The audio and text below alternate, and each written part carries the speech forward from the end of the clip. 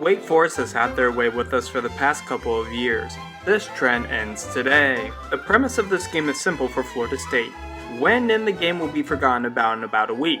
Lose and they'll never hear the end of it. The narrative on this game didn't seem to exist at all, so Kurt Herbstreit came out with the declaration that FSU is on huge upset alert. This take would age like milk in the desert. This is the problem with gauging games based on all-time matchups. They work like the stock market. Historical measures don't have any bearing on future events. Sure, they beat us in recent memory, but there's two factors missing. Wake Forest got worse and Florida State got better. But some of you still have this envisioned. This is going to be a tightly contested game, and it would deliver as such, for only one quarter. The rest of the game for the Deacons unfortunately can be described like if a guy picked up a baddie at the bar. He might look the part, but as soon as they go back to his place to perform, he stays flaccid until it's too late. The receivers could hardly get open, the O-line couldn't block for shit, and the QB was left to die. By the way, why was Mitch Griffiths in the game this long? He wasn't 100% and he wasn't producing any offense, and the team already made mentions of playing two quarterbacks this game. The circumstances just seemed too convenient for Florida State. That wasn't until the defense decided to roll over and die as well.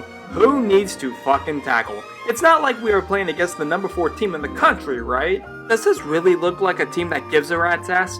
4 sacks given up in the first half, only 75 yards of total offense, and only 1 reception. It then slowly becomes apparent that Florida State is having a great first half, which sounds like a myth, but here we are. Wake Forest is not ready for the second half Seminoles. They might as well pull a Vontae Davis and retire at halftime.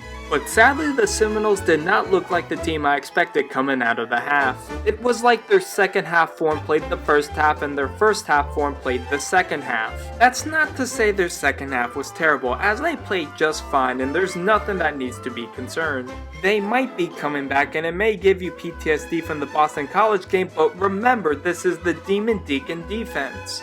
Florida State setting up a run play on a third and long to prepare for a field goal? Get the fuck out of here, let's just give them 6. Their gaslighting was on another level. It makes last year's win even more dubious. You know you are in danger of losing out on bowl eligibility, and now it's looking even more probable. The amount of undefeated teams have started to dwindle, and Florida State is still one of them.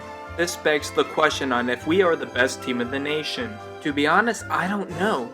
Georgia is still Georgia, and Michigan has talent but doesn't have the quality wins. There is a case to be made, and I think we will move up to 3rd in the AP poll. While all that's going on, my prediction for this season is starting to age like Amanda Bynes.